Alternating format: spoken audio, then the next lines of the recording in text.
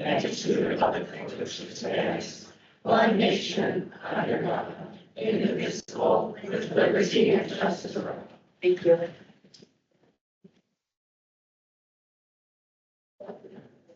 Okay, Trustee Vicky, questions, comments, requested changes to the agenda? All right, we'll move right ahead with our recognitions. First up is the Harrison Writing Awards, and Lisa Boylan.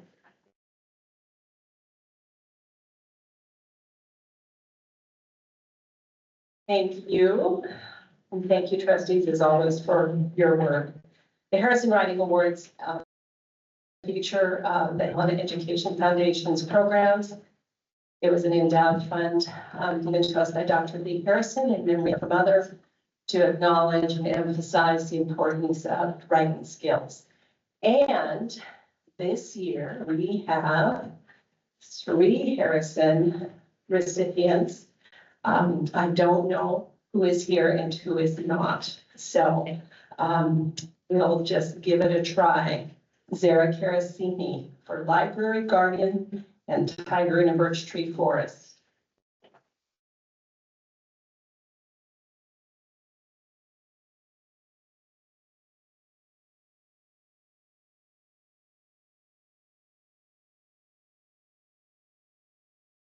The Harrison Writing Awards come with a $350 stipend for the students. Fiona Kuntz.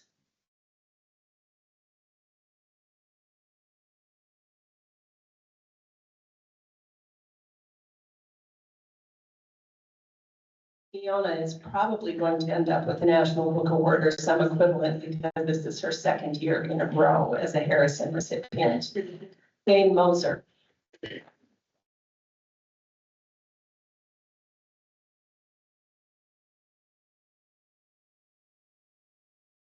These lovely pieces of work were selected by a panel of community volunteers, some professional writers, a lawyer who on his way to becoming a lawyer got a master's degree in creative writing. And we are very proud of you. Thank you for your excellent work.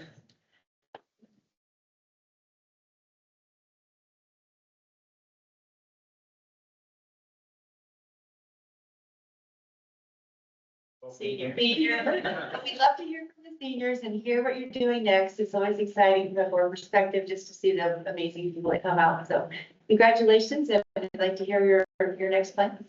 Awesome, thank you. Well, thank you for having me back. I'm Sarah Carasini. I will be going to Baylor University next year to study mathematics and international studies. I hope to study law in the future, and I really couldn't have gotten here without my parents, my friends.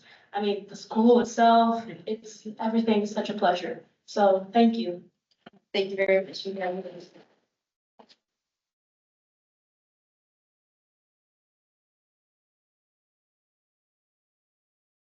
Thank you so much for having me this evening. I would like to thank Professor Harrison for continuing to do this award. I would also like to recognize the people that are at the Art Award. They're both forms of storytelling, and I know the students are very grateful. So thank you so much. Thank you.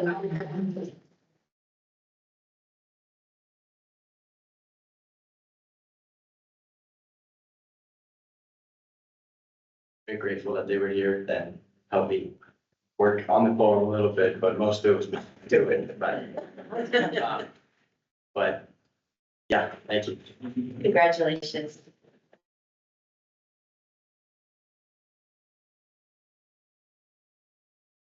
So in addition to this recognition tonight, the Harrison winners and we're going to the Sun Award winners, which I am about to talk about, will be celebrated at our Pen and Ink magazine launch party, and their work will be featured in that as well. The Pen and Ink launch party is the 8th of May at 5:30 at the Holter Museum of Art. We are thrilled to announce our first ever Going to the Sun Art Awards, which were established by a family, longtime supporters of public education in Helena. They prefer to remain anonymous, but reached out last fall actually to say they wanted to do something through HEF for kids, and that's where the Going to the Sun Art Awards came from. And we now have a designated fund that matches in amount that of the Harrison Awards, which we've had for almost 20 years. So it's a tremendous act of generosity. And so we get to welcome the first ever recipients of the Going to the Sun Art Award. I do know that one of the students was not able to join us tonight, Mika Arnsmeyer, unless that hasn't changed. Faith Howard.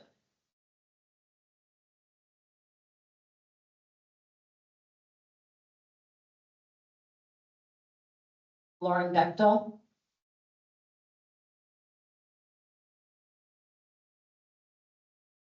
Jason Carlin.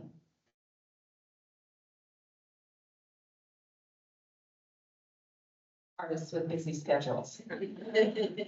Thank you again for the opportunity to welcome these wonderful, talented youth here tonight and to let you have a chance to tell them congratulations as well. Please join us for a pen and ink on May 8th if you can.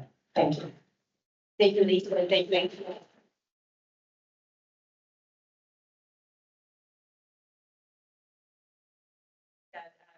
High school, the school president.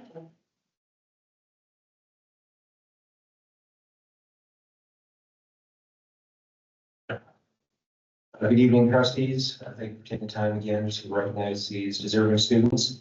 So State Science Olympiad, what I'd like to first talk about are just the efforts of two of our teachers here this evening that lead a variety of science clubs.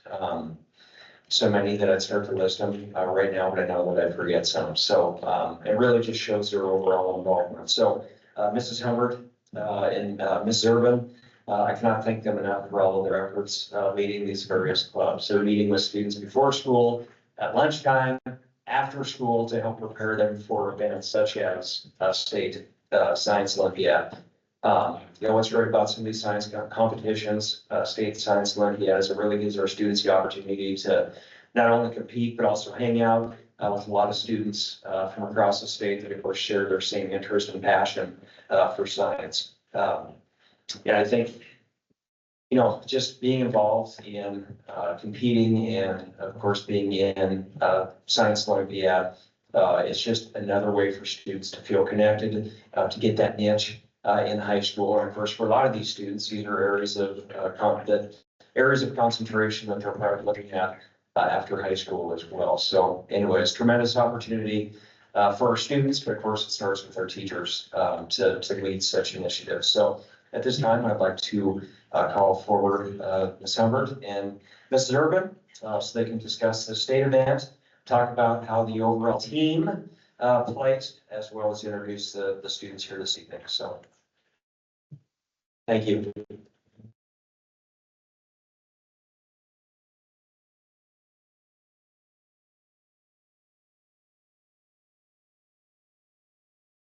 Hello, everyone. I'm Ms. Humbert, and this is Ms. Urban. Our varsity science Olympiad team placed second overall in state. We had two first place events, and the first one I'd like to talk about is Codebusters, which was made up of 3 young women in STEM, one of which who's already gotten an award tonight, and they are Fiona Coote, Bethany Hartman, and Rowan Humbert.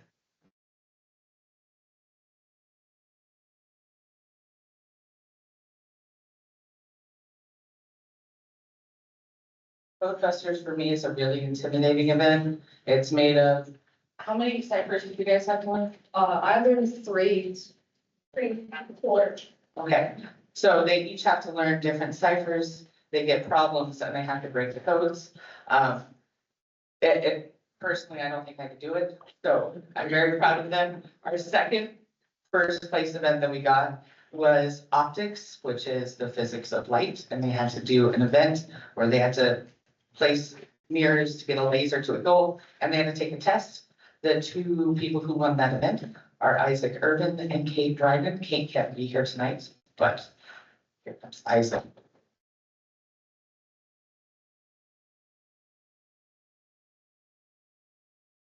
I'd like to thank you guys for all the support for all these students and for these events and for our teachers and look at the amazing things that they can do. Thank you.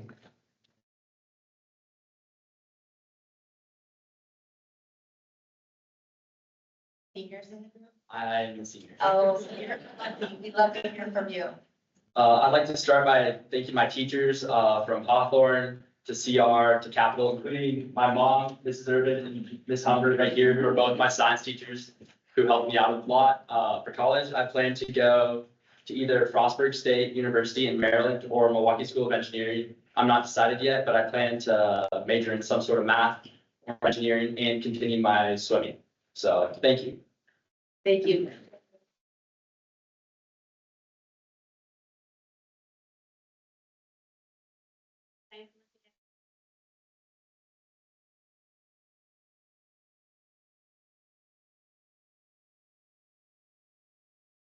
Thank you for taking the time to recognize the hard work of these students and staff. And I can really just ditto everything Principal Zan just said about the amount of time and energy that the staff puts into working with these students on the Science Olympiad projects. I have two coaches, Megan Lane and Leslie Hagelgruber, who formed our team in 2007. Since that time, they have taken, over the last 17 years, they have taken the full number of kids, 15 kids, to Science Olympiad contest each of those years. In preparation for that, they work with the kids on STEM activities after school in the mornings. And it's all volunteer time for them. They put in a tremendous amount of time. We're very fortunate to have them and that they involve so many kids in our science program. I'd like Ms. Lane to come up. She's going to present the awards to the kids. Ms. Hagengruber couldn't be here tonight. It's her mom's birthday, but she wanted me to be sure to let you know that Ms. Lane is really invested in this program and is sharing her own experiences as she competed in Science Olympiad when she was in middle school.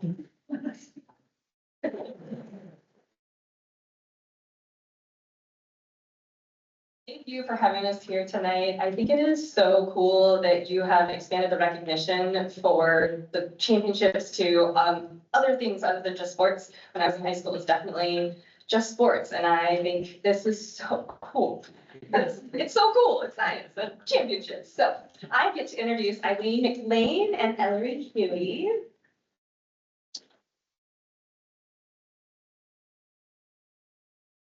And they were our state champs in meteorology this year, and I'm gonna let them tell about the event because, as I've said before, at our level, we really hand the events over to the students. We are there for support. We're there for, resources they may need, but we really put a lot of the onus on them. So when they get up there and they get that medal around their neck, it is not about myself or Leslie. It is 100% about these kids with a heavy dose of parent help. So I think I also really want to acknowledge the work and the driving around that those middle school parents do.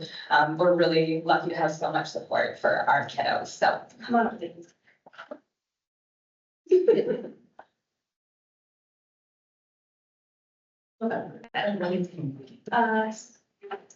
Thanks for having us here tonight. We did meteorology, which this year was a study on, they do like a yearly cycle, and this year we got to do climate and like the effects of climate change with greenhouse gases, basically.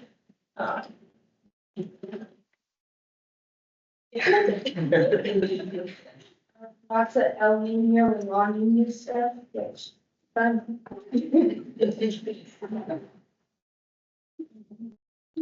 Congratulations.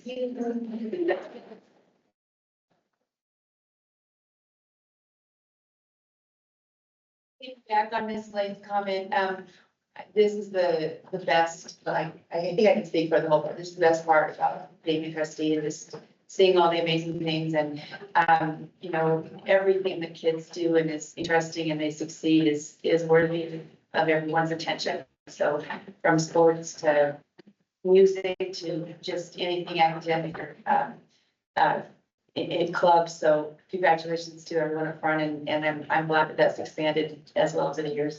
It's really fun to honor everyone. Next is BPA. And Mr. Neto.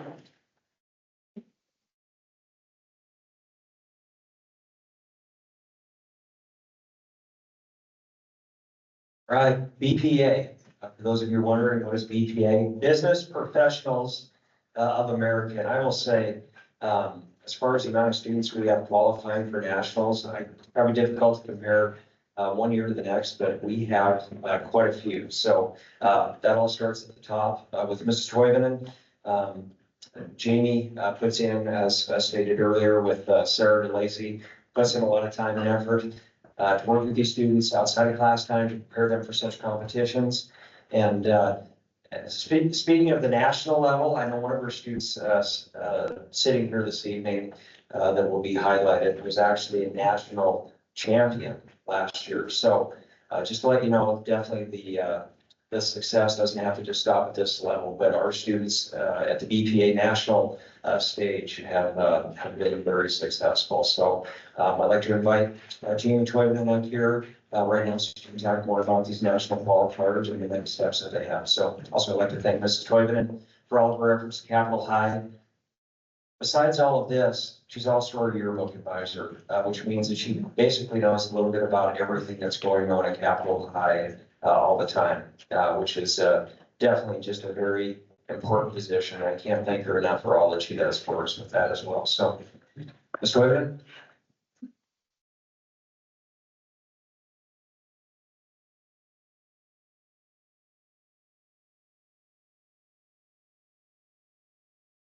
We had 10 individuals qualify for the national conference and 9 of them are going to attend.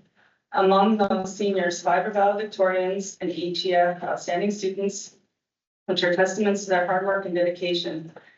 And last night, every single one of those 10 students, juniors and seniors, were inducted into the National Honor Society. So they're not only just great in their academics, but they also serve their community and are just wonderful people overall.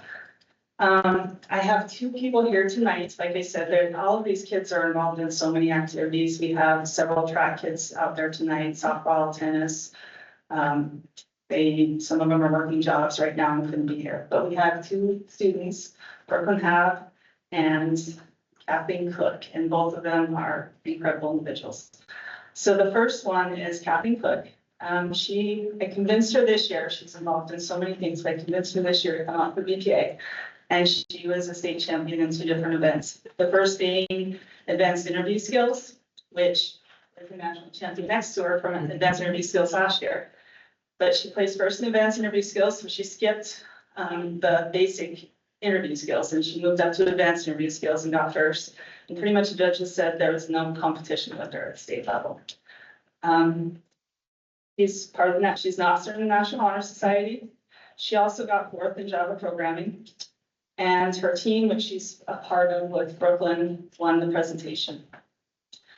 She's on the varsity golf team. She's in student council. She's our vice president. And next week, she's attending the World Robotic Competition in Houston, Texas. I'll let her talk a little bit about what she's planning on doing this year, but it's pretty incredible too.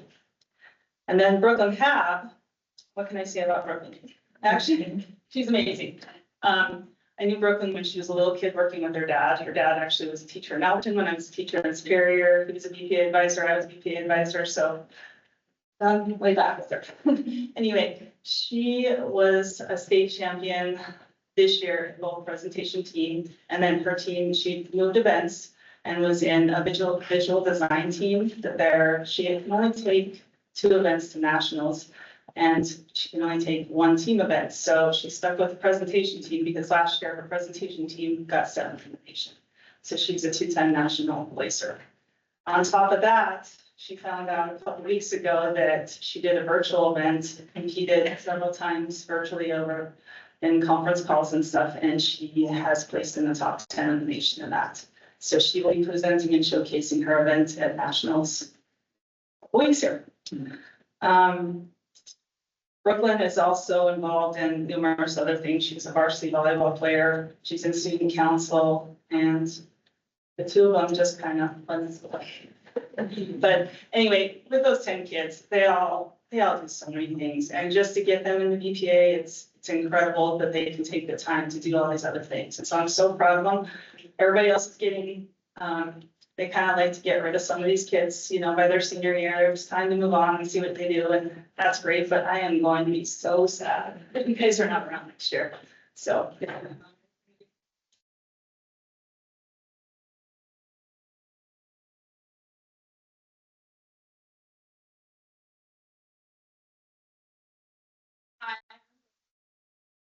Said first, I think both Kathleen and I want to thank Miss Toyman for everything that she does. I know I wouldn't have been able to do anything I did this year or last year without her help and support, so we're so thankful for her. We're really excited to go to Orlando this year for nationals to compete in all our events. But next year after that, I will be attending MSU to study microbiology pre-med and be in honors college, and that's about it. Congratulations.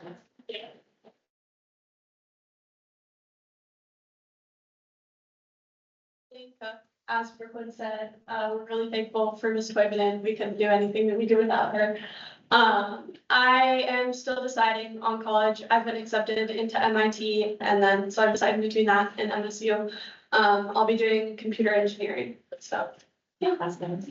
Great work, guys.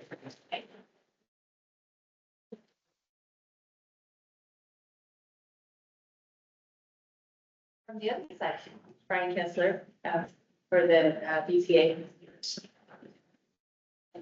Madam Chair, members of the board, thank you. Again, just to echo, it's always great when we get to recognize these individuals. I was over at the track meet prior to coming here, and there was a lot of discussion, like, God, the wind is blowing me away.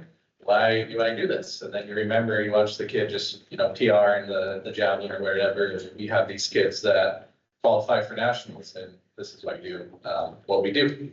So to start with today, with our BPA, this is an event, this is a year-long preparation. And so these kids are working quite a bit to prepare themselves for these competitions. And then they go to state and they see a lot of different schools, and to be able to make it to the national competition is pretty impressive. And so with that, congratulations, Lorenzo, for us. But to bring up Ms. Humphrey, before I do, just continued thanks for all that she does and has done for our school. She leads our student council, BPA, and really helps to make sure that everything in our school operates as best as it can, and helps bring culture and helps bring positive experiences for all of our students. And for our staff as well. And so I wanted to make sure to thank her for everything that she has done. She spends countless hours and has spent countless hours making sure that everything runs appropriately. And we can't thank her enough for everything she has done during her career here at Helena High. So without further ado, Ms. Humphrey.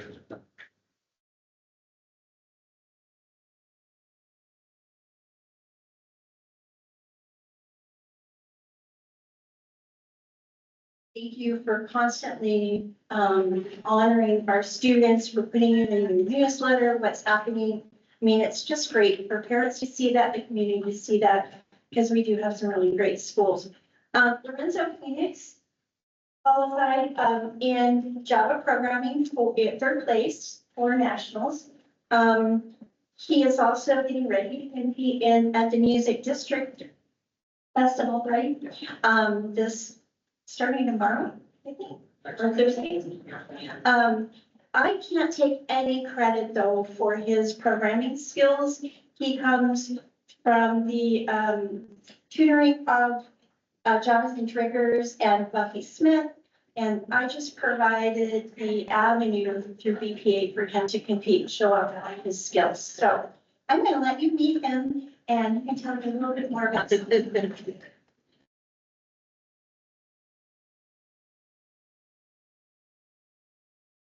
Lorenzo Phoenix, despite what Ms. Humphrey was saying, she did actually help quite a bit through BPA and I school. Yeah, I'm planning to go to U of M for computer science. I'm part of the honors college there, so I'm really excited to see where I go next. Thank you for inviting me.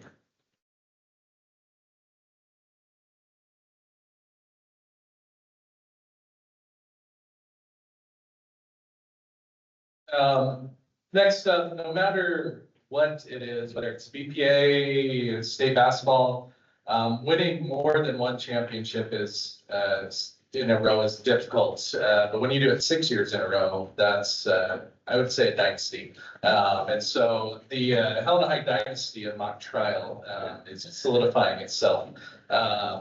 Thanks in large part to Mr. Askin, who really got mock trials started in our state. And so he's been growing this.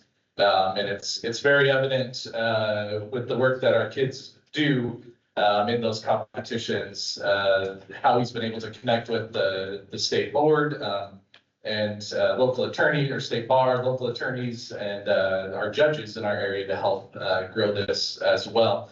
I was able to attend our crosstown competition this fall. We won that as well. Not that I'm, keeping tabs, but our kids, it really is, if you ever have a chance when any of those competitions are around to attend that, it is truly amazing to watch our students act as attorneys and how well they speak and how well they're able to form their arguments. I had a hard time, choosing a winner when I was scoring for that.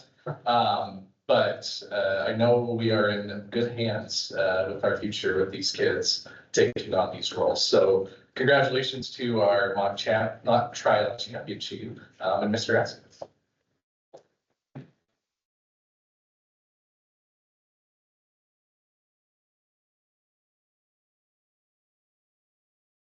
Well, first of all, thanks. I just got to thinking about when Brian was talking there that I had him judging and he said that we won. So I don't know, that might have been a very biased problem there. Anyway, but thank you, board members, for having us back and letting us recognize our achievements here. And it was a great state tournament and our teams did really well. And it was the 6th time and that was kind of fun. There's actually our 2 teams going against each other in the state championship, which always makes life easy for me because I could just sit back and relax. And I know that we're making it to nationals, which makes it really nice. But anyway, I do have, before I do anything, though, I've been bringing students, but I do want to recognize our attorney coaches, who I really could not do this alone. I don't have the legal expertise to do this piece, and I really rely heavily on the attorney coaches. And I have 3 of them actually that really perform a great deal of work in the background. And so I'd like to call up Lydia Gallimogary.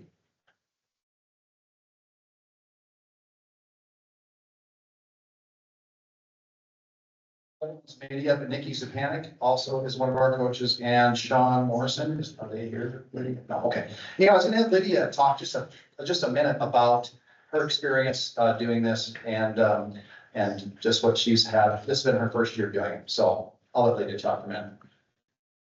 Didn't know I was gonna be talking, so got to my feet.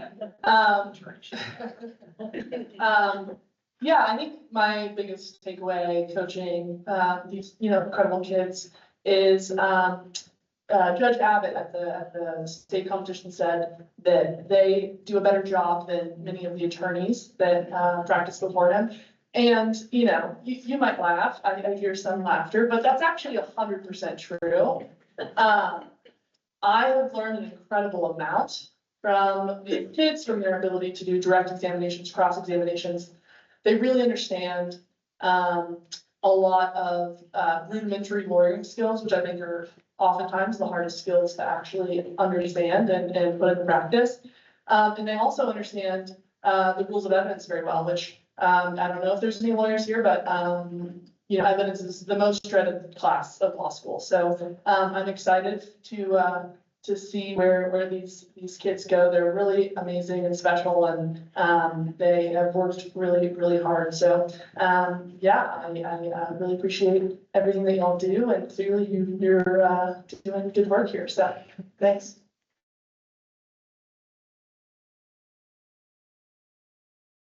And then I'll just call up, and you just want to hold your applause for a minute, and then we'll just clap all together here. I'll just announce the names, and then we'll save some applause here. But I'll call the seniors first. I got Mia Taylor, and Addie Murray, come on up, and Kenzie Criswell. And then my juniors are Gabby Lavoy, Greg Gilroy, and Maverick Franklin. Come on up, and now you may applaud. Yes.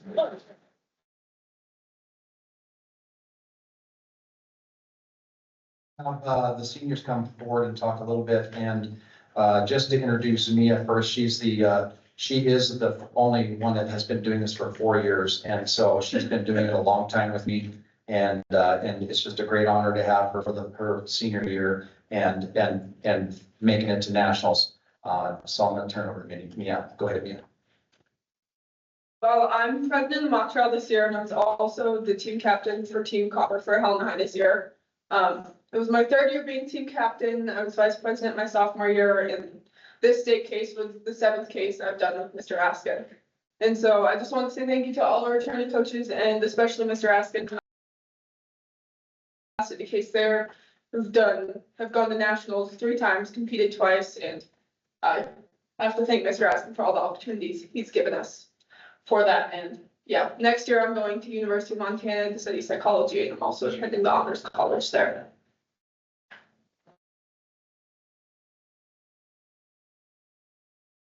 I want to be cross-examined by Mia. That is brutal. Oh my gosh. Okay, come on.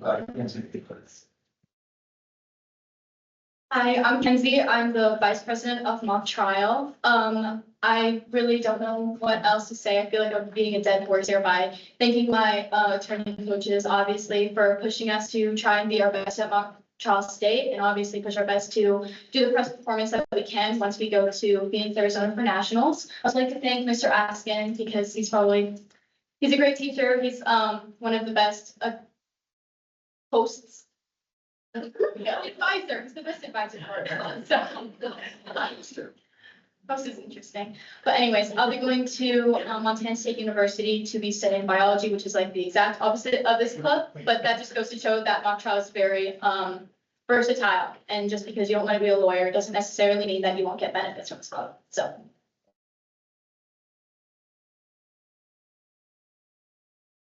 And then our superstar witness here, Addie Murray. Come on up, Addie. Oh, thank you. Excuse me if I sound a little nasally. The allergies hit me today, so we're going through that. I've been doing mock trial for 2 years. This is my 2nd year, so to be able to qualify for nationals, my 2nd year of mock trial is very exciting. You're gonna hear the same things from me. Thank you to Mr. Askin. It's very stressful. He runs DECA as well, and it's a very stressful thing to run both. And so I just really appreciate the energy and time that he puts into our club. I also would like to thank our coaches. Being an attorney is hard and it's very stressful as well. So yeah, obviously, but so they put an extreme amount of time and effort into our club as well. And I really appreciate it. Also, thank you to my mom. She has supported me a lot. I'm going to University of Westfield State in Massachusetts. I will be studying political science, and I'll be continuing my swimming career. So thank you.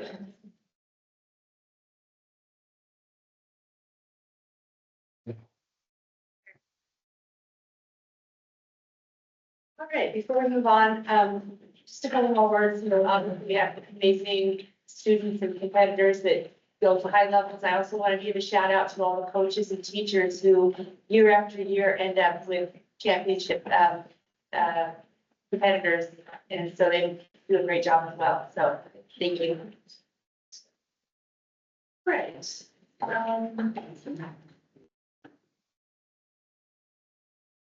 Up next is our presentation, the 2024 district audit. Anthony Gerhardt. I'm online, okay.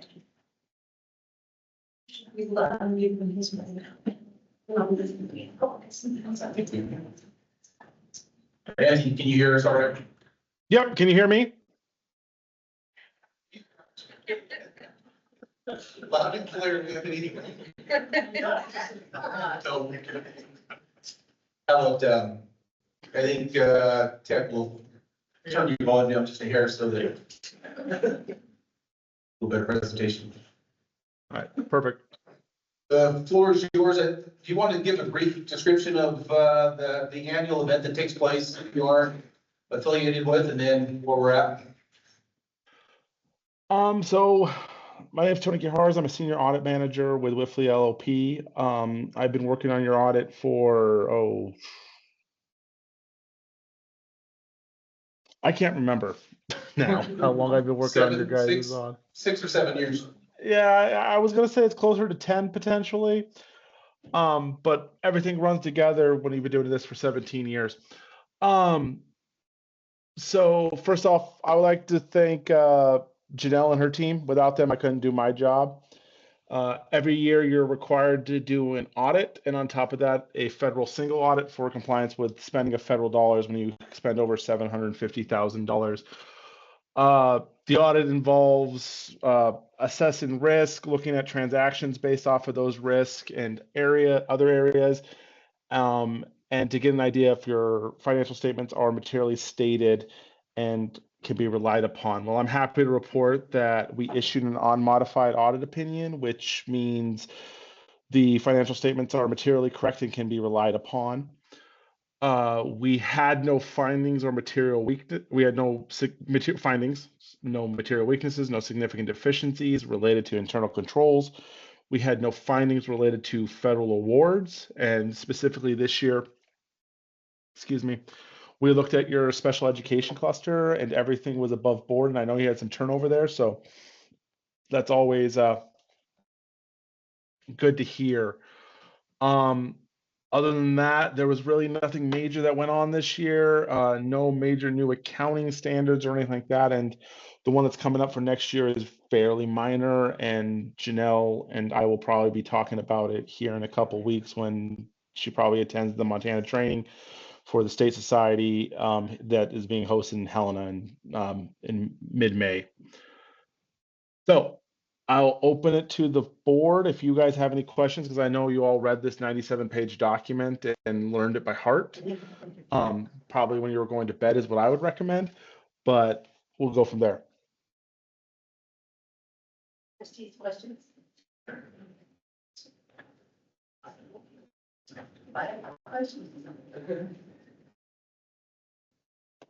I guess I would just say, it's a time when, whenever there's a shortage and there tends to be lots of questions about money. I mean, how do you feel like, do you have any concerns or anything that you see that would raise a red flag? Not really. Everybody is facing a challenge now with all the uncertainty that is around. There's even uncertainty within our profession, and it's just the nature of the world we live in. Didn't really see anything. I know funding is a big thing, and there's some uncertainty, and making sure that we're setting up. And from your position, making sure that you're setting yourself up for the future and you're thinking about if things go positively, if things go negatively, and making sure that you have a plan in place as the board to pivot as things happen. The reason I say there's uncertainty, you don't know what's going to happen at the national level, and we don't know what's going to happen at the state level until they finally come out and say stuff. So I put a lot of that out in the open. I don't know where things are going myself. It is kind of where we're at today. So be flexible and be prepared to pivot when you can. Thank you. That sounds like good advice. I know I hear all around the state that we're really lucky to have Janelle, and I know people come to her and look to her as a leader. So thank you for your work, and thank you for the audit report. No? Yeah. We'll Sound. these mics will need to jump up on a little closer. They'll pick you up if you get closer. Yeah, I just said, we're very thankful for Janelle. We hear around the state that she's one of the best, so, especially in these times when we're looking carefully at our dollars in the future, they're all in the right buckets and everything is in order. We're really happy to have her here, and, also really great to hear a positive, audit report. And yes, there's a lot of uncertainty both at the state and national level, so we'll keep that in mind. So thank you. Thank you, Anthony. Okay, thank you. Thank you. Have a good night. All right, Superintendent Rowland. Oh, It was interesting how that mic was coming in and out, wasn't it? Yeah, when you leave in, he hits it. Okay. Okay. I can't help but think that, Mr. Merrill, at some point I'm gonna do something with that fan up there pretty quick. That's kidding. Well, again, Ben, Anthony, you're good. You can log out if you want, or you can stick around for the rest of the meeting, but, you're good. So thank you and have a great night, guys. Absolutely. Superintendent There we go. report. This is some housekeeping, so Ben was getting done. We'll start out with recognition, new business, and then the outreach as we've done in the past,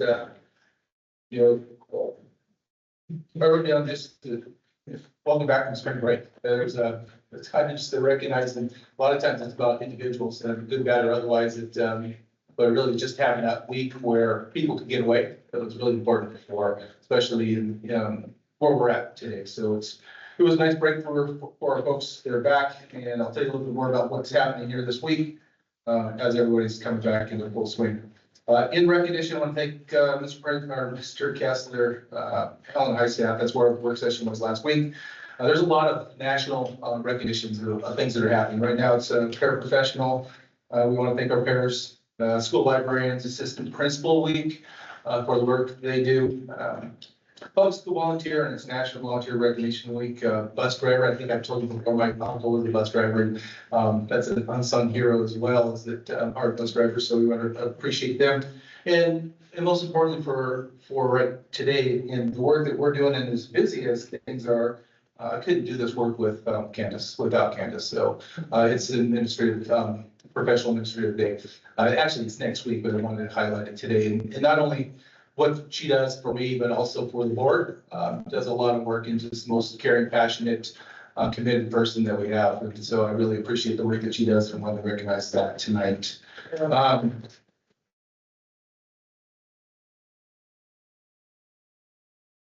Really keeps me together, if that's possible. New business.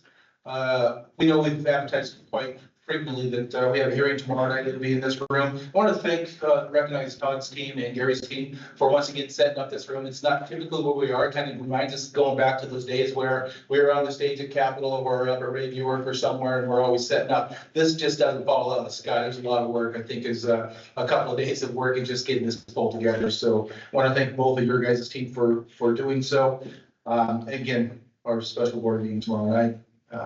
The boundary recommendation, there's still ongoing work there, taking feedback from public comment and or email or Mr. McKay. I thought laid out a decent, a very good opportunity to hear some of the planning and what it looks like here coming at us. But again, that will come back in a full board meeting as an action item or information item, and then later as an action item. So we still got several board meetings before that becomes reality. My intention was just to make sure it got public and that we knew what was happening and kind of what those lines look like early, so we could have communication around it. We've had a really good week. So we came back out of spring break and we started consensus-based bargaining. We did that last year. Diane Gross comes in and is facilitating that consensus. Satry's is sitting in the bargaining with us, our team, their team, and it's, as Michelle will probably talk about in her report, it has a really great feel right now. Things have gotten better. I really believe that the morale and the positivity has changed from just a year ago. And we both feel that on both sides. So we're making good ground. We've met for 2 days. We'll have another two days before us. I'll talk a little bit more about what that looks like in legislative updates, but just know that these next 2 days, we got a lot of work to do. But we're thankful for, more importantly, about how we're doing as a team, but the process in which we're doing it has changed the language, and I think the tenor of those meetings. So we're appreciative of having that.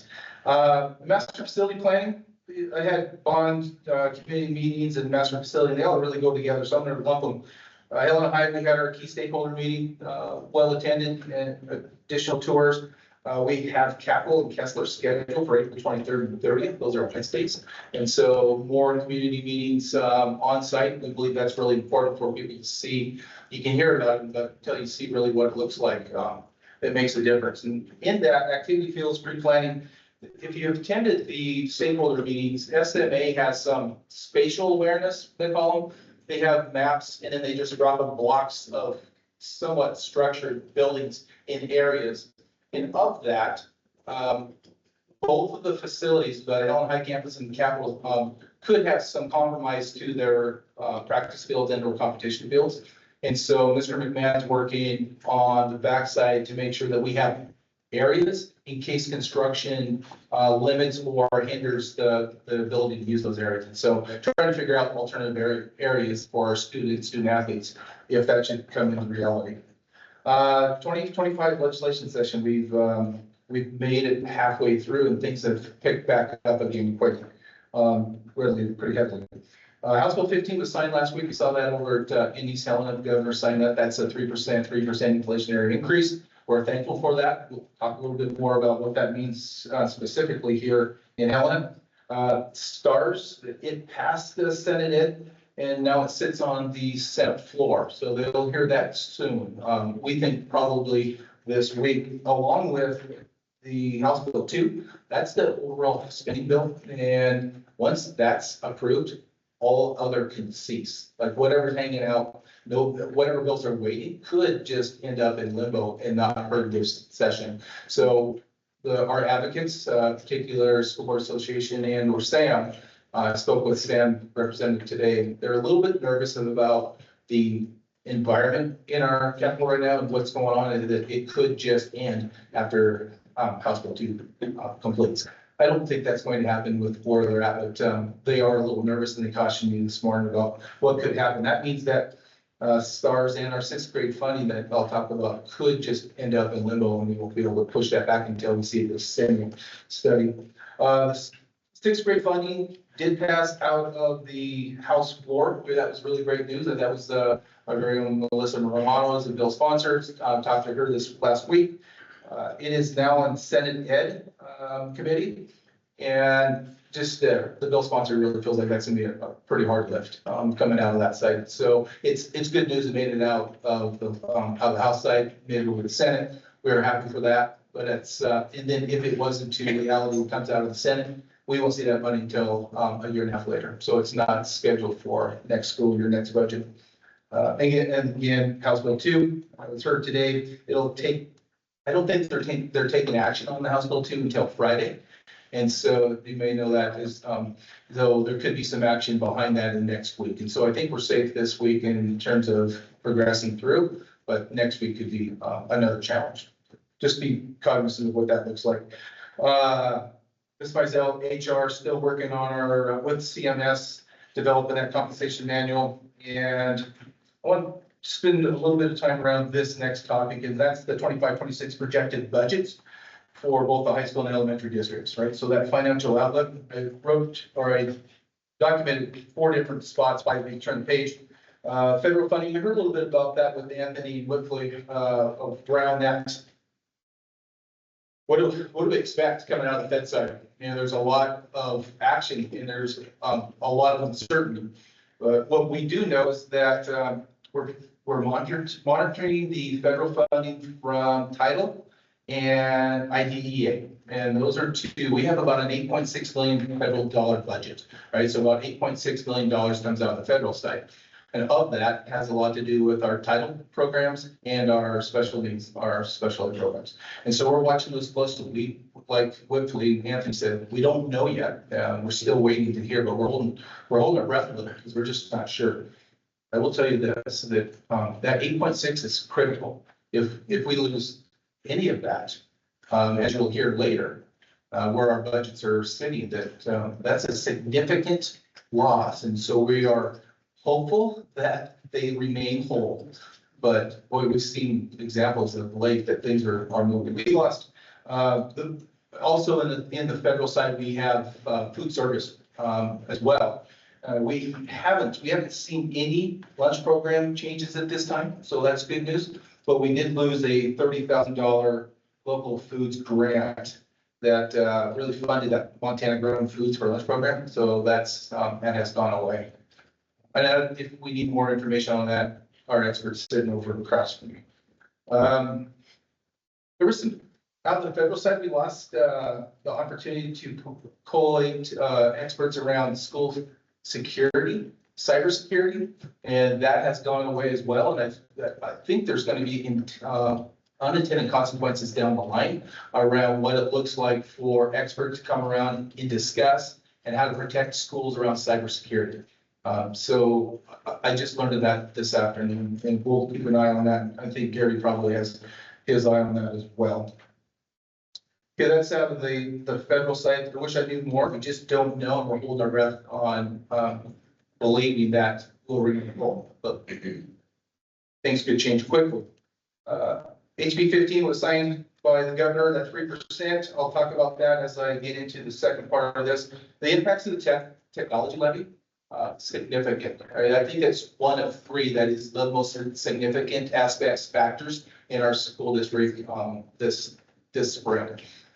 If we don't pass our tech levy, on the surface, it looks as we won't be able to replace devices and do the things we need to do.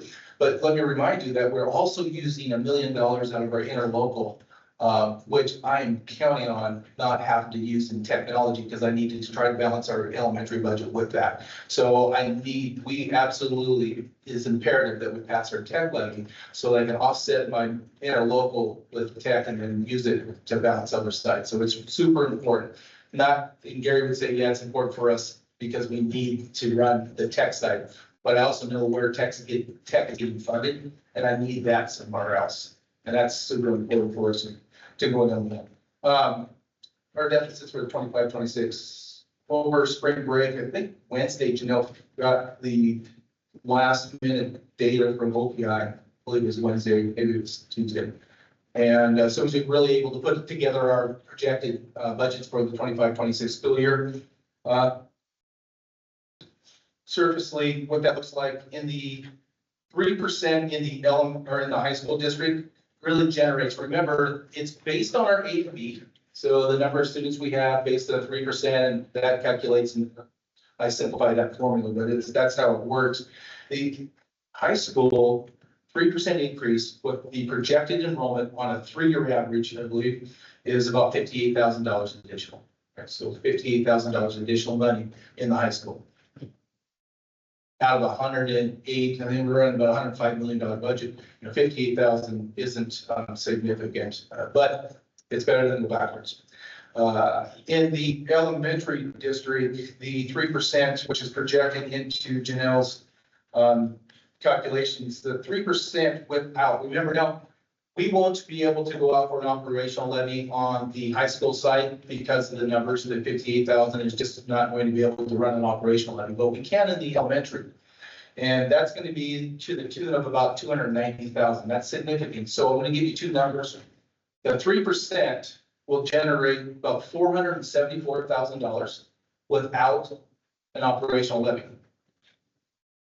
When they issue 3% from legislation, you don't really get the 3%. You get 80% of it, then you have to ask the taxpayers for the remaining 20%. That's the operational levy.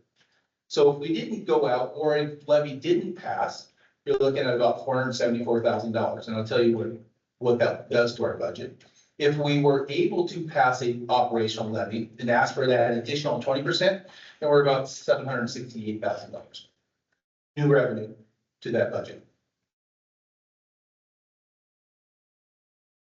474, 290, 700. Okay. 768. So what does that mean based on enrollment, inflationary costs, the factors that Janelle puts into place? The elementaries will sit nearly $2.6 million short next year with the 3% included. Okay. I'm going to go back and say that tech levy is important. Right, the elementary district is about $2.6 million in a deficit.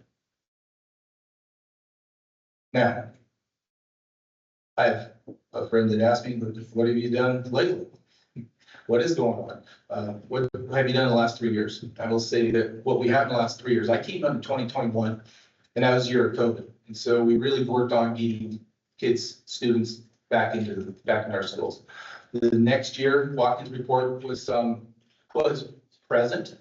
And we started working our budgets. So from that 2022 to 2025, these last 3 years, we've reduced, and it has felt to my team and us that we have reduced and reduced and reduced. We've just been in this cycle of reduction. And we have reduced in about $7 million out of our district budget. 6.9. So it's been 3 years of that. We're still in it. So I would tell my friends, what have we done? We've done a lot, and we're continuing to do that work.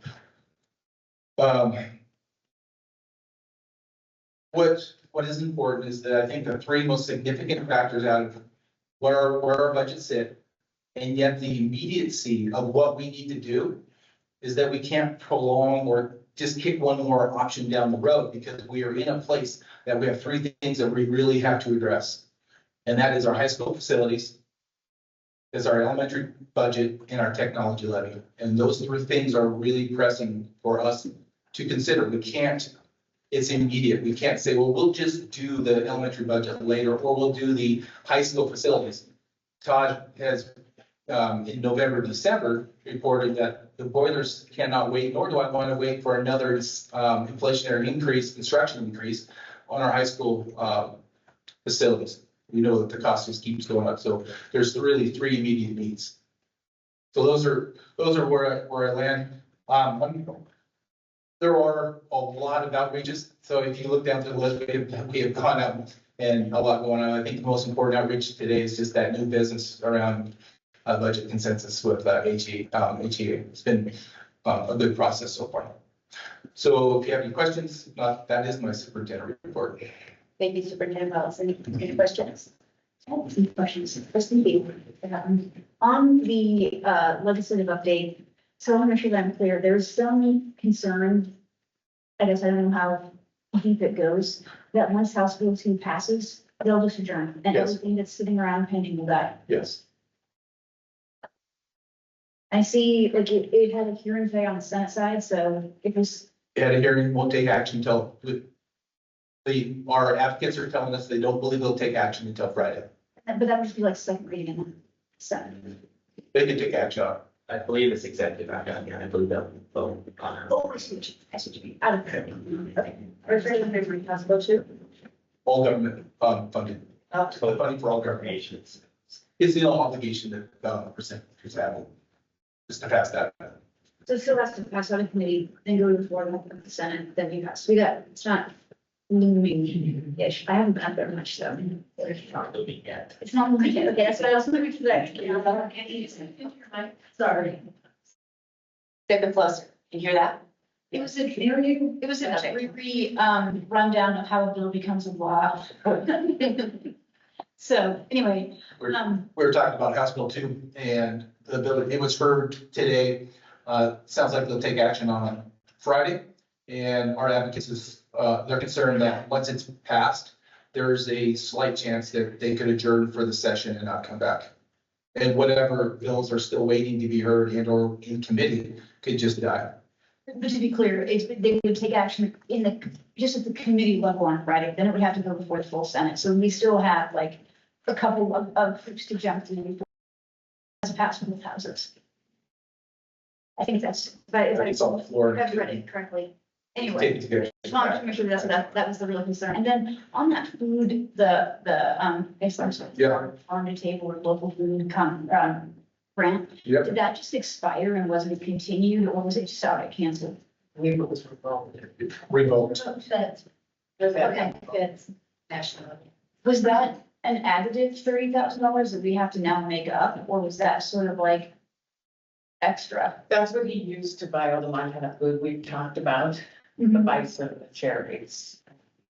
So that grant paid for cherries out of Flathead, the bison, Yeah. apples, whatever we use, potatoes, that we really celebrated the Montana culture, the foods out of Montana. So that's what he used. That grant was revoked. But do we have to backfill that now? Someone? We have to decide. Well, I don't think we backfill it necessarily the same way. Sure. Instead of bison, let's have burger from somewhere. Okay, Yeah, commodity. right, okay. That's it, thank you. You got it. Any questions? So I have a question. Yes. So if the STARS bill ends up being one that kind of falls off the end, we're looking at, hoping for several million as far as, our district, STARS, right? Correct. Yeah, so STARS calculation is about 2.2 million for the Helena School District. And remember, that's staff. There was a teacher, as a college educator, 11 times, whatever that looked like, but it's for the original title that was for teacher base pay and incentive. But they changed that to a staff, so district-wide staff salary. So that would bring our, well, that would create, has the STARS bill, STARS funds been included in the 2.6 million elementary? It's not, because It's not, okay. it's unknown, right? What the STARS does for us is that I'm optimistic that it's going to pass. I think it will, unless some event happens where we just shut down pretty early. But what it has allowed us to do is we're not required now to go to our general fund that's short and say, how are we going to compensate our staff district-wide out of the budget that's short, that we can use the STARS allocation as that piece for staff compensation.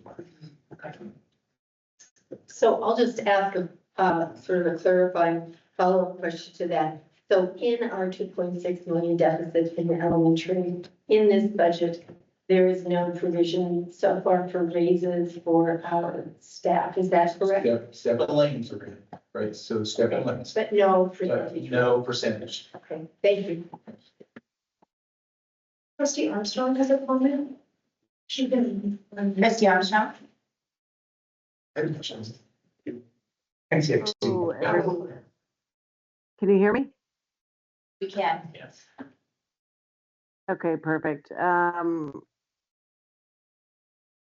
don't really even know how to begin with this. We've been talking about this. Certainly, I've been talking about it, and we've been talking about it in bits and pieces over the 3 years.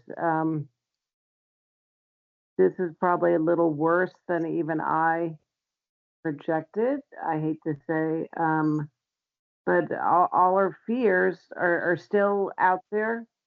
I appreciate all the work that's being done. I think I just want the community to know, I mean, this is something we simply must address.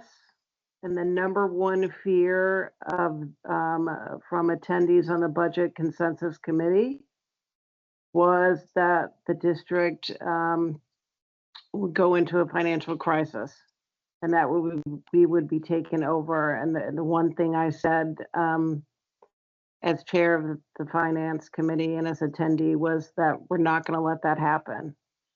So the overall health of the district remains our focus, which unfortunately makes us make some very hard choices upcoming. And we have been making hard choices, but the hard choices continue. I just want to say this is not anywhere the board wants to be, but we remain committed to ensuring this district moves forward as best as we can. And I just appreciate all the work done by the administration and the superintendent, fellow trustees, and especially the business office. So thank you. Thank you, Trustee Armstrong.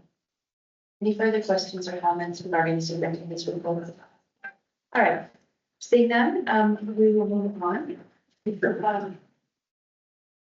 As we move into today and tomorrow, and I thought we might have more general public comment. It doesn't look like we're gonna have as much as I thought, but we want to make sure that we give ample time to hear everybody, but we also want to make sure as we move into these larger meetings. Can you not hear me still? Is that better? Yeah, we want to make sure that we hear from everybody. We also want to make sure, just to respect everybody's time as we move into these larger meetings with a lot of public comment, that we stick to the 3-minute time limit.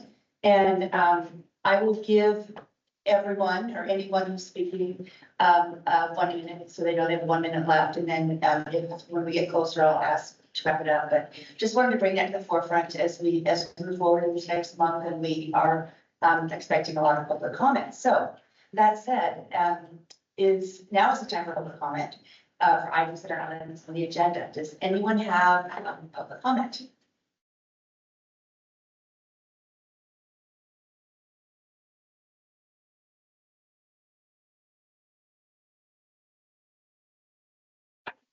I'm Doug Delwell. Do you need my address? If you could just state your name and spell it out for Candace, Sure. it'll help with the minutes, and then just tell us your relationship to the district. Okay, DELLWO, Doug. I was a teacher here for a few years. And I'm a citizen of Helena for most of my life. So I think that there's a disconnect in communication with the citizenry. And if we want to get this levy passed, then when we talk about, and Rex talked about $7 million decrease in the last 3 years that we've done that, that's abstract. How does that affect the students? What did the students miss with that $7 million? They need to know that. Because $7 million, they might think, oh, good, you saved $7 million. And nothing happened, there's no consequence to that. So if there's not a consequence, then we shouldn't have that money in the first place. That's going to be their opinion. So if the levy doesn't happen, if the levy doesn't pass, what is the direct consequence of students? That's all that parents care about. If it doesn't affect their student, they don't, why would they care?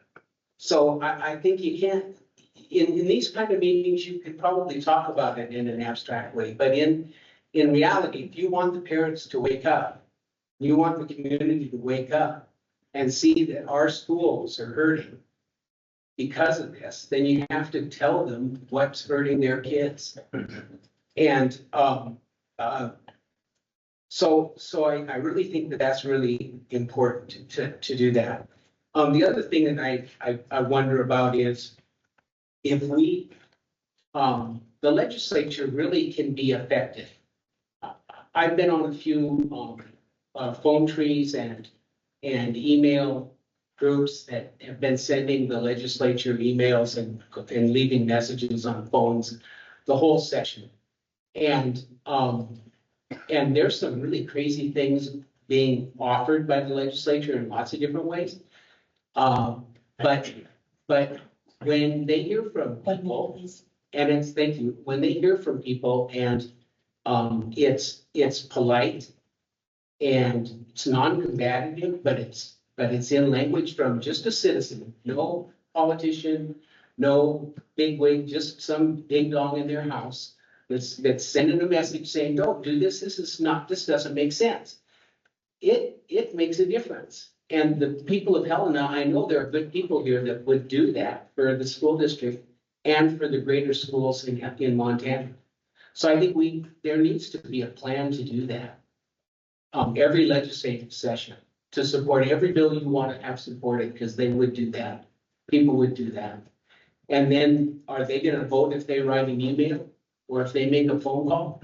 Darn rights they are. They're going to make sure they go and vote because they participated in getting things done. That's all I have.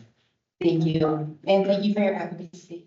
All right.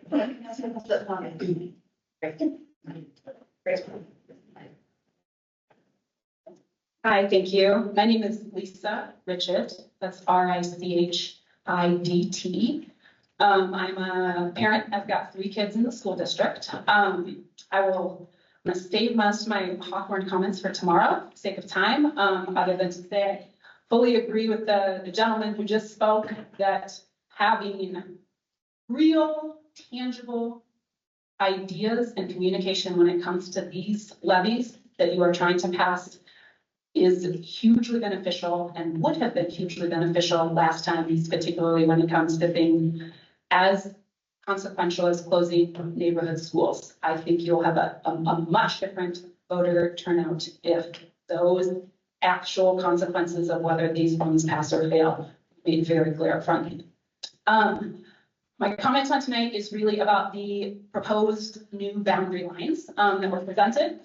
Specifically, the one that shifts the east-west line, which was the goal, and uses Grant Street to do that. And I understand that the Grant Street line seems to make sense when you are trying to put kids in that neighborhood to Central versus to Kessler, given the current spaces available at those schools.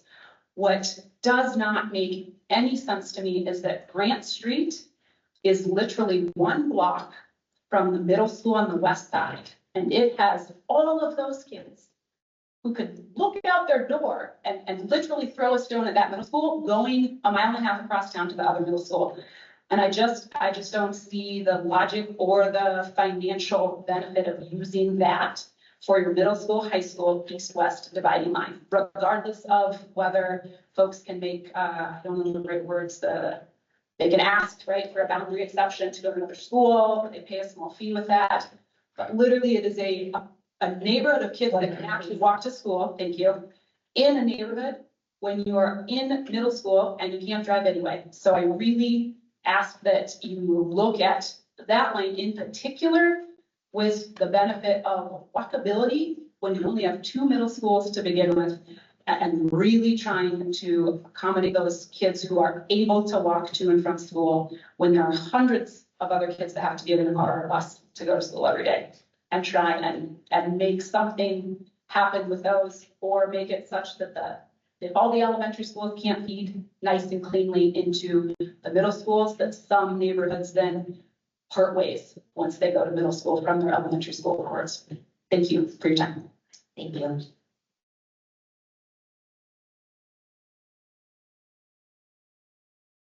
Any further public comment?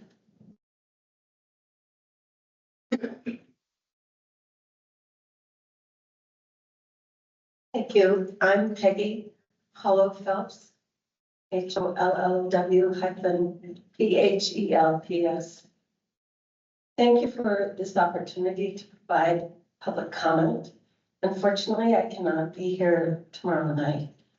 And thank you for your time and service as volunteers on behalf of the Helena Public Schools and our community's youth. It is a difficult time, and I hear that even underlined.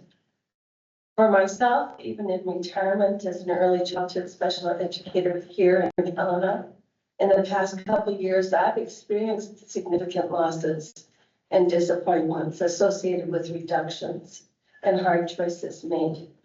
For example, the closure of the Ray York Learning Center and the loss of the strong Head Start and school district partnership.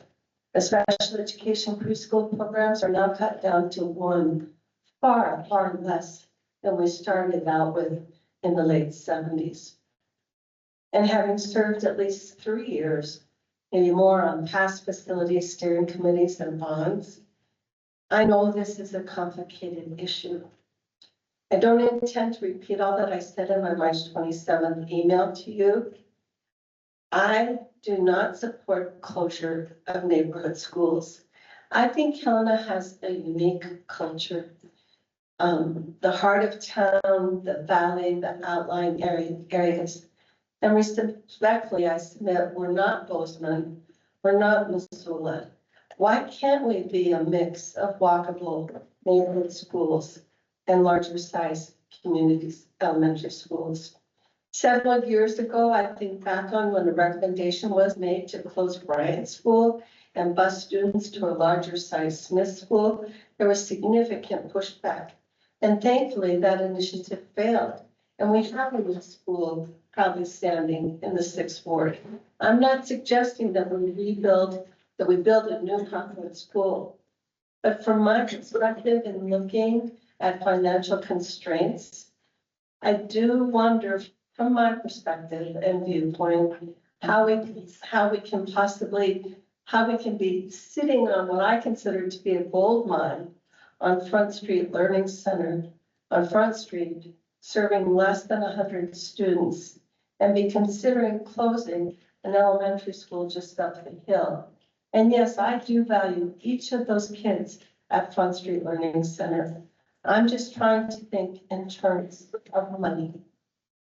And in addition, I'd love to harness that advocacy in the room that you'll feel tomorrow night and have felt, I'm sure, and move forward to build that new high school at Helena High and provide much needed updates to Capitol High School. I submit that we can do that together by moving forward instead of closing. Thank you. Thank you, Ms. Holland.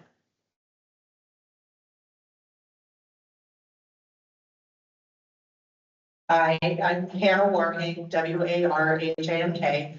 I'm a parent in the district and a taxpayer.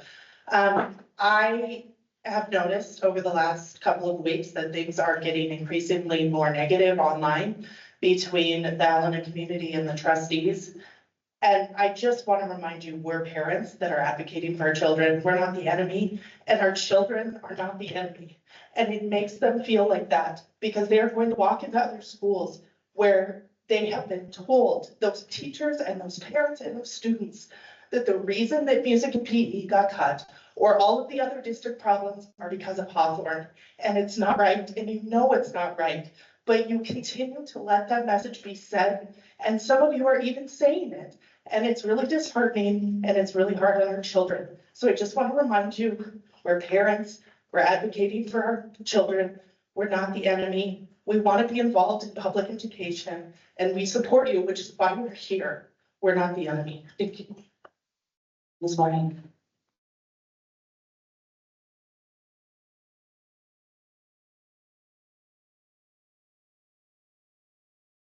Good evening. My name is Catherine Dunkelberger, Dunkelberger.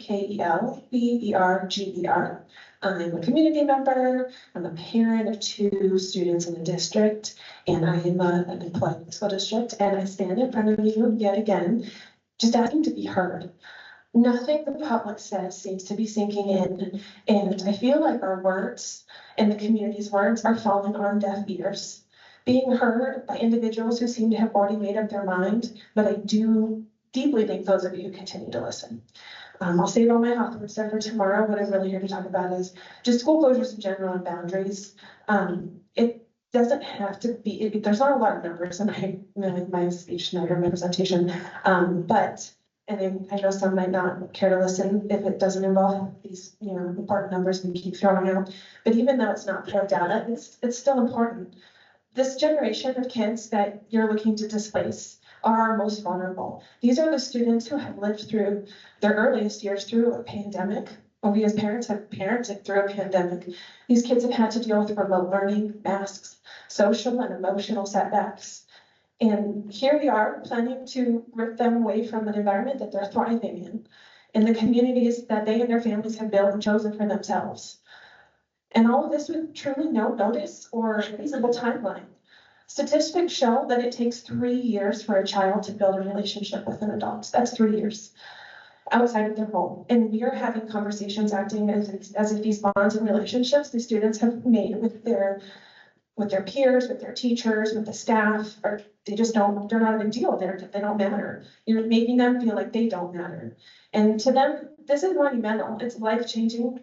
I ask that you take a minute and recognize the negative impact these decisions will have on our most vulnerable students, our elementary students, the ones who have been through the most during these early years of their lives, the ones who, are going through this super impactful phase and will eventually feed into our middle and high schools if their families choose to keep them within our district. And I think that that's important, and I feel like we need to be setting them up for success and not setting them back. Thank you. Any further public comment? All right. We have one online. It's Egan Wilcox Bowles. You said it again, Dan? Egan Wilcox Bowles has requested public comment. I will. Mr. Bowles, are you there? Ready to give public comment?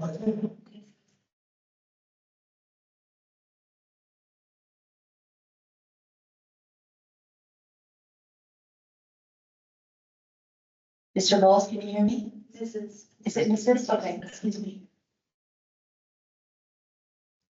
Hi, I'm here. I'm sorry. I raised my hand during the audit portion. I had a question back then, but I'm not. Did you want to give public comment or you, or? No, no. Okay. I'm planning to tomorrow. Thank you. Okay, our apologies for not catching that sooner. No worries. Anyone else? All right, seeing none, we'll move on. New business, consent action items. Trustees, any questions or clarifications that you need before I ask for a motion? All right, is there a motion for the consent action items? Chair, I move approval of the consent action items 1 through 9 as presented. Motion by trustee McKee, is there a second? I'll second. Second by trustee Satchel. Any board comment, people? Any public comments before we vote? Seeing none, all those in favor, please signify by saying aye. Aye. Opposed? Motion passes. 6-0. And then we've got Shannon, I don't know if I heard her vote. Trustee Armstrong, did you vote on that? I think it's really late It's like. in France. Yeah, it's like that. Is it 6-0? Yeah, 6-0. This is late, but I did vote and I will. Thank you, trustee Armstrong. 7.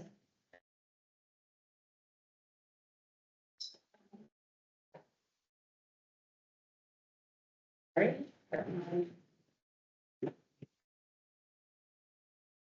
Agendas. We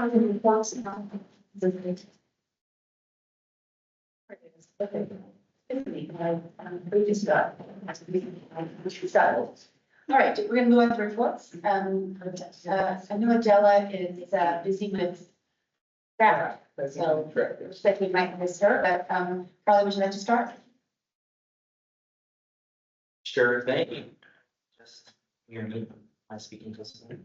Might be a little closer. Yeah, it's not really amplified. Hello? There we go, that's Is that better. better? Okay. Okay.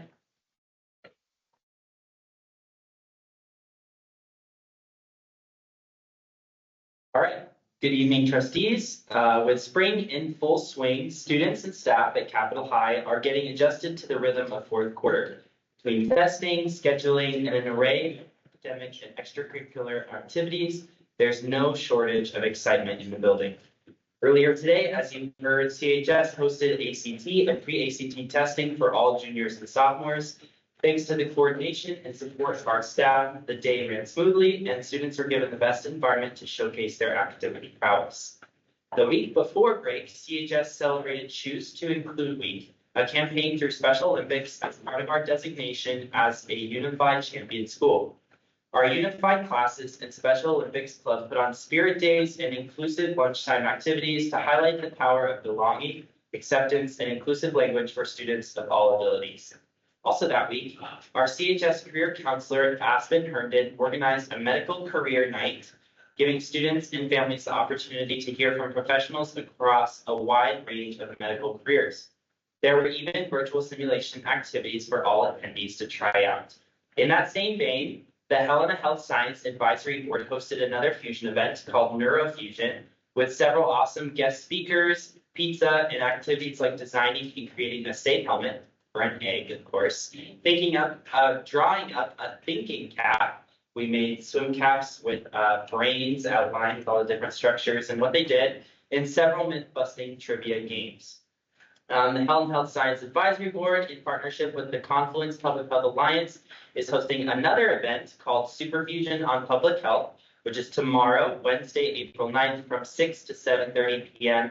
And the event will feature incredible speakers, breakout sessions led by public health professionals, and refreshments. It's free and open to the public and all students, and we're excited to see continued interest for health science opportunities across the community.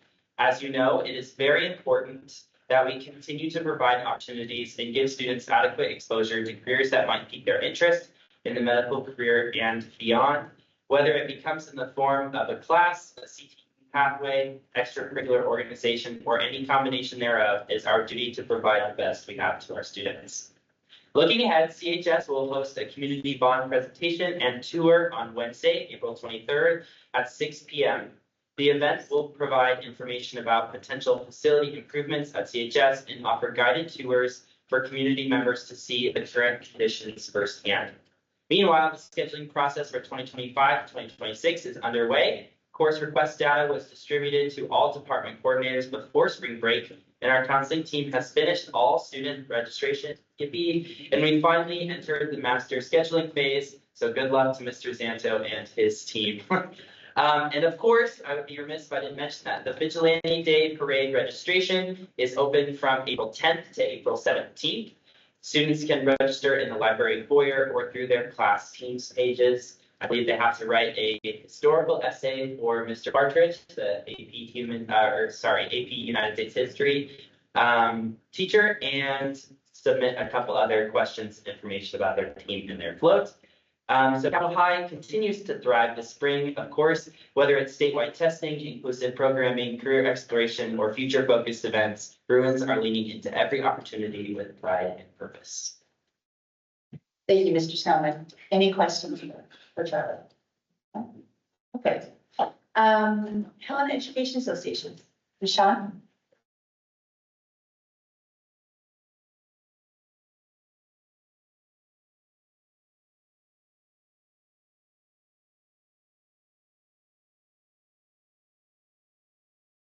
Good evening, because I had someone else in front of me, so I'm super prepared. But let's see, this coming weekend, NFPE is having their annual conference. We'll be doing a rally on the Capitol on Friday, lunch with our legislatures. We also have a celebration dinner Friday night. And then we do a whole bunch of business Saturday. We elect officers, pass our budgets, things like that. So we have, I believe we have 17 delegates going from HEA. The only other thing I want to talk about, Greg spoke about, was the bargaining that we've been doing this week. It's been, it's pretty intense. It's pretty powerful. It's pretty tiring. I'm tired. But it's going really well. I think we have come so far from where we were when we started last year. And even from where we ended last year. We ended last year in a really good spot, and I think we have, the district, the union have grown together since then. And you know, having Diane Groves there is just such a pleasure, and she makes us talk to each other in a really productive way. And I appreciate the district bringing her in for bargaining so that we can have productive meetings and get to a place where the district and the union feel comfortable with when we walk out of the room. So thank you, appreciate it. All right, thank you, Michelle. Budget and finance, Trustee Armstrong, are you still online? I am indeed. Can you hear me? We sure can. Okay. Well, there was no budget and finance committee meeting this month. We are focused, I think, on tomorrow. But one thing I just want to leave as food for thought. I believe one of the commenters mentioned it early, just informing the public. I know we've done a lot over the past 3 years, but I'm wondering if it would be helpful to just draw up a document, Rex, listing what have we done the past 3 years. Because certainly we've made many, many adjustments over a kind of an extended period of time. And I'm wondering if it would be helpful just for the public to see that the administration and board have actually really been hard at work and just do a master document. I don't know what the rest of the board would think, but I think that might be helpful. That's it. Thank you, Trustee Armstrong. Any questions? All right, facilities, I think we talked about one, but Trustee Andoring is not here. Is there anyone else from the facilities that would like? Mr. Harold would love to. Okay. Think on your feet. Evening, Todd Merrill, Facilities Director. We will hold our committee meeting next week, Okay. so we don't have an update. Do you have any questions of me? Yeah, I can answer questions. Anything?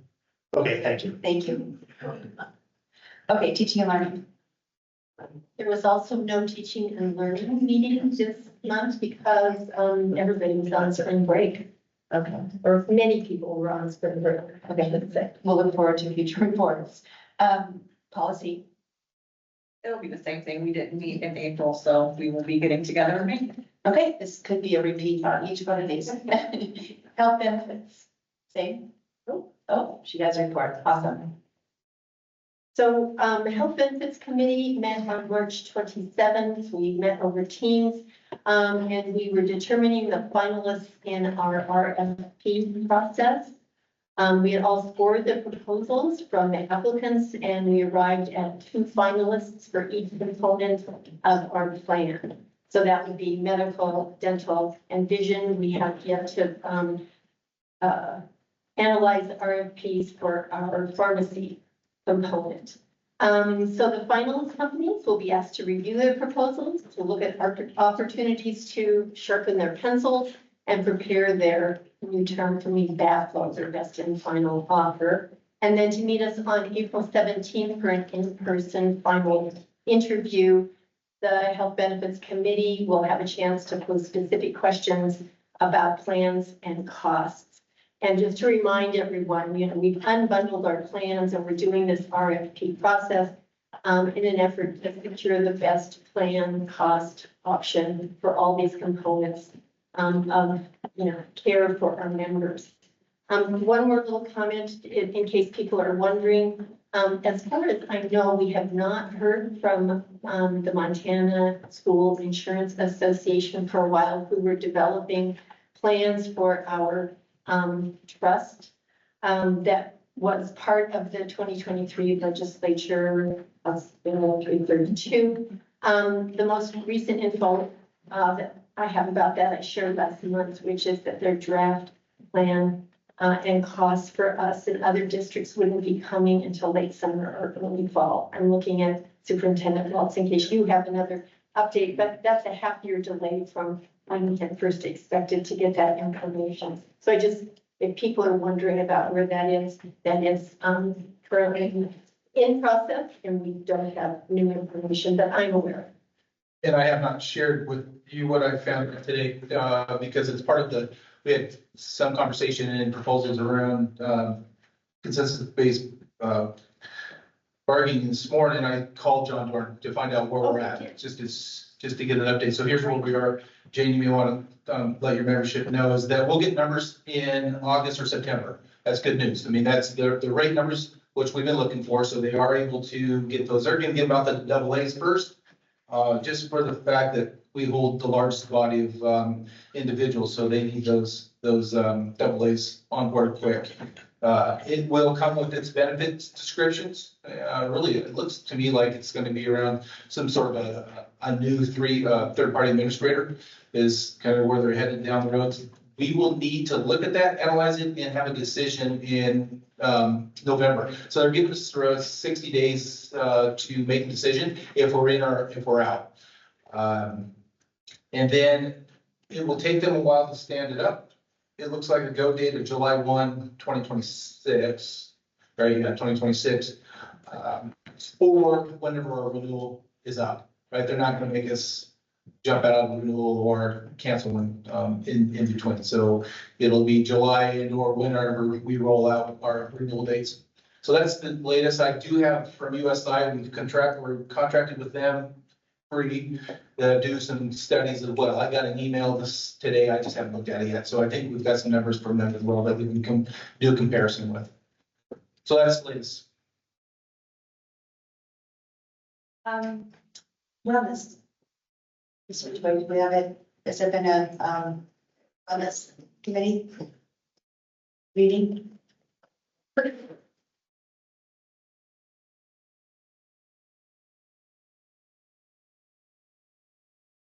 So brief, the wellness committee met at Helena Food Share this past month, which is a great partner for us. They do a lot to support our students, especially through the kid path. So we toured the whole facility, learned more about how they've taken food. I mean, it's an amazing place if you haven't been.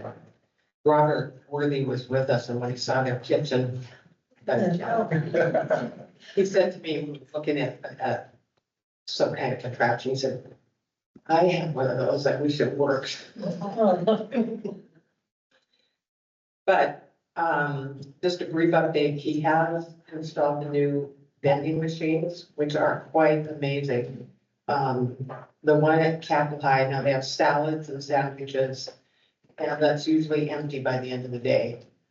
He said kids are coming out of activities and using the vending machines, they can use their food service card, they can use cash, and shortly they'll be able to use credit cards. So I think it even surprised him how much their being used and really meets our goal of high quality foods for our kids. We mentioned the local foods for schools program and the impact on us. The U.S. Department of Agriculture cut $1 billion from that program, and that will impact places like Food Share even more than it impacts us, because that's where they got a lot of their fresh foods, fruits, vegetables, those kinds of things. I think really that's the quick overview. I just spent the whole meeting touring Food Share with the Food Share folks, and we had just come in after PAL had left because they're going down there as part of one of their block classes and learning about food and cooking, and they have a lovely community kitchen that those kids are using too, so. Just like to pass on our thanks to Mr. Worthy for always thinking outside the box. I think that those vending machines were, was that a grant? I can't remember. No. Yeah. They purchased a happy. But yeah, to get healthy foods. Is, oh, was it a grant? Yeah. Yeah. I think so. Yeah, he's you know, just so dynamic and he always looking for ways to improve. So my thanks are to go forward to him. Just to piggyback on that, and Mr. President test, I've seen the one at Home and High in action, and not only are they getting quality food to our kids, there's a yogurt cup that drops. And just the packaging is so clever, it doesn't break. Is in the right place. We're gonna work on maybe moving that. It seems like the closer you get into the gym, the more it gets here. Yes. And it's right outside of Capitol High Gym, so those kids come out and get them some practice. They're right over there. Can I just add a really quick part? So the food that goes into those vending machines, is that prepared by Robert their team? So it's not like pre-packaged or like they prepare it every morning. So every morning the person divide out for the students. Yeah, Josh said it's a whole place. Oh. Yeah, milk option and everything for lunch. Okay, so as we were going through the cafeteria line and can use those mealtime funds, essentially, right, the school funds, they can also use that. Can they put in their number, or can you have a physical card? Yeah, it's fabulous. That's great to hear. Thank you. Well, and one thing that we heard is that sometimes the lines were long, and so it just gives them another place where they can get food instead of running, you know, to a grocery store. Well, the other thing we heard from Muffin Hill did this a couple of years ago, and they said it paid for itself because they're expensive, but it paid for itself in 6 months. But what was most important, and I think it is to Robert too, is there's no, what's the word? Nobody knows I'm free on everything's fine. I go right to the meeting, I punch in my number, just like anybody else, like punching any other kind of number. So that's really what the most important aspects of it. Great.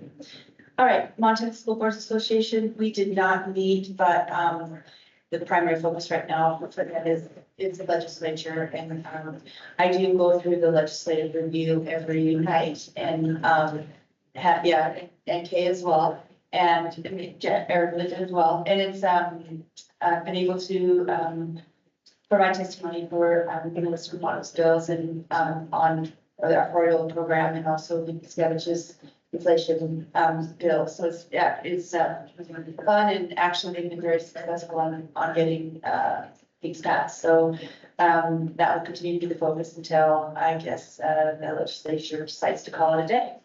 So, and lastly, for the reports, parent council visits, did anyone attend parent council? No, okay. Upcoming meetings, tomorrow is the public hearing on the potential closure of Hawthorne Elementary School, 5:30, regular, right? Yes. And that is follows, just so everyone who doesn't know, follows the requirements in our policy 9150, and making sure that we have plenty of time for public input. Monday, April 14th, facilities and technology, 12 p.m. Here in the boardroom. Tuesday, April 22nd, 3 p.m. tour at Kessler Elementary for a board work session at 4 o'clock. And May 5th, policy here in the Lincoln Center in the board room. And May 27th, teaching and learning, 12 p.m. also in the boardroom, and that gets us a month out, so I'll stop there. All right. Any board superintendent comments before we adjourn? Just a quick turn. You go first. You go. Okay, so I just want to thank everyone who's been reaching out, both through the comments here today and at our prior board meetings, as well as those who have been reaching out via emails as well. It really goes to show the effort that our community is making to be well informed in all of the decisions that we are, end up making up here as well. So I appreciate that, and that it's based on each of these financial opportunities, if you want to say, with our levies and bonds, are on their own merits. And it's proven, again, by the questions that we're getting, the inquiries, and hopefully the information that is being provided out to those folks who are reaching out. It's really important to, in my opinion, I will say, to really focus on each of those individual opportunities when we're voting, and not necessarily tying in a lot of some of the other emotional decisions and things that are being brought forward with us. It's important to keep in mind that while they are all inadvertently linked, for sure, so I don't want to make that seem like I'm asking to have all of that completely separated, but that we are again looking at when we're speaking with bonds and the possibilities of looking at a new Helena High and improvements to Capitol High, that we're looking at that information and what is being proposed there and making an informed decision on whether or not that is something that the community wants to pass. Again, also with the levies, it feels like sometimes we're hearing just kind of a consensus in the community that these things are being all lumped up together, and that one thing means something to this one and something to that one. And we are absolutely speaking or talking and making financial decisions and comments. So it's one of the heavy topics that we keep bringing forward as we start talking about some of the directions and some supporting, I suppose, in the decisions that we're making up here. And just remember that whether or not those things pass, we are still having to make budget decisions up here. And the way that those items are voted and passed or not passed does directly affect the decisions that we have to make here. So I just want to say that we do recognize the effort that everyone is making in being sure that they have the information needed to be well informed. I also want to encourage people to please come out to Capitol High for the pre-work board session. It is such an eye-opening event to actually go and tour the schools in a way that you may not be able to necessarily do as a community member. Hopefully it would be open, as parents and stuff, but it's just completely different to have other folks in the district and our leaders and such to be going around and pointing out things. I've had the opportunity to tour Helena High a couple of times now, and it is such a testament to all the wonderful things that are coming out of that school. And I will say, in spite of the physical condition of what they're dealing with, we've had great examples just even coming up today with all of the accomplishments coming out of both schools. But it is a completely different perspective when you're kind of seeing that behind the scenes and able to ask questions. So just encouraging everyone to come out to that one as well and get more information on what we're proposing with the bond and really see the conditions of the schools. Thank you. Thank you, Trustee Lawson. Student Trustee Snell. Yes. So I just have a couple comments. First, I'd like to acknowledge my very special place on this board. Last month was my birthday, and I had a ton of fun being here with all of you. No, I'm serious. But it has kind of shown to be a challenge and also a blessing at the same time because I'm a student trustee and I'm not allowed to vote, but I'm allowed to talk as much as I want. And reason. yes.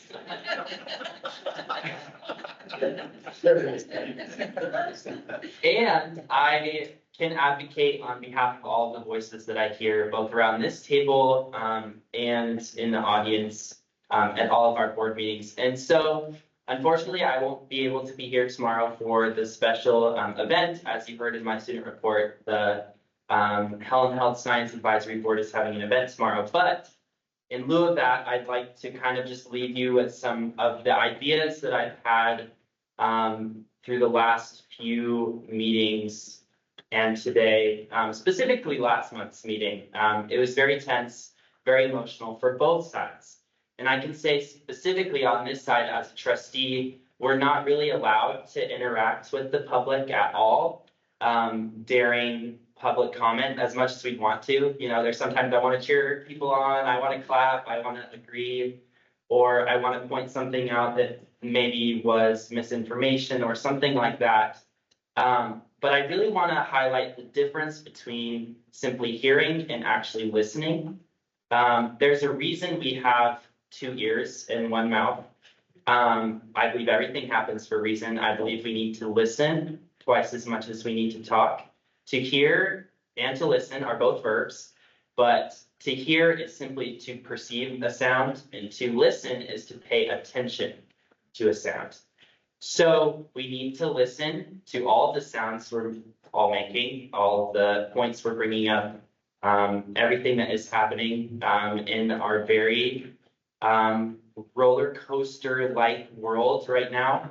And that goes to both audience, community members, and trustees. We need to make sure we're really listening and reflecting on the feedback we get from the public while also balancing the very non-sentimental numbers on the page. So that's all I have to say. Thank you all. Very good. Thank you, Trustee Spellman. And you would have been able to talk even longer. Okay, thank you. All right. Yeah. Trustee Armstrong, please. Okay, Trustee Armstrong?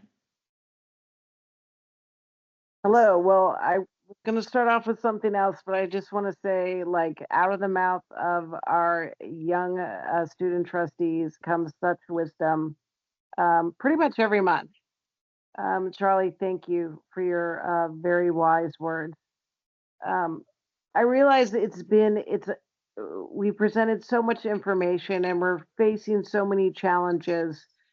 I just want to remind the public in general, please continue to be involved, ask questions. We'll try to answer them to the utmost of our abilities. This all depends on working together, but one of the reasons that so many things are coming at us right now is the fact that this board has committed to not only facing our financial challenges, but also trying to position the district to move forward in the best way possible. We don't want to just cut. We have a vision to provide the best possible quality education opportunities that we can. It just means that not only are we talking about levies at the same time as closures and cuts and also bonds, but it's all part of the board committing to moving forward. And I really thank the trustees because it's been a very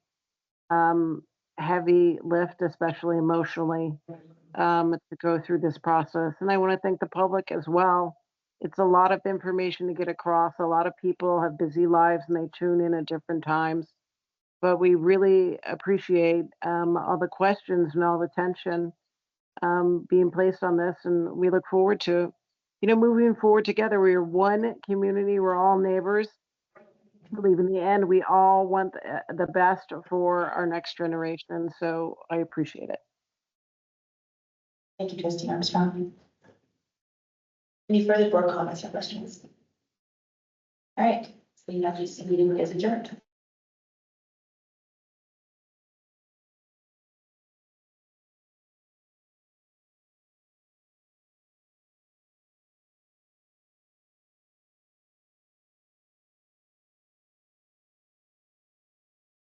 The structure. It's actually called a hearing, not a meeting. I'm not exactly sure what the difference is. Does anyone here want to, provide some information so people can be prepared for tomorrow? Yeah. No one's ever done, it, right? Well, this is the first time for all of us, so, legal counsel, Calvin Law is gonna, facilitate it, and she's sending us information tonight of how she wants us to look, and what I see it's going to be is, we'll be here, we'll present, and then there'll be the hearing part of the public will present to the board, and we perceive that there's gonna be a lot of people, so it's gonna have to have some time limit on it, or we'll be here, days.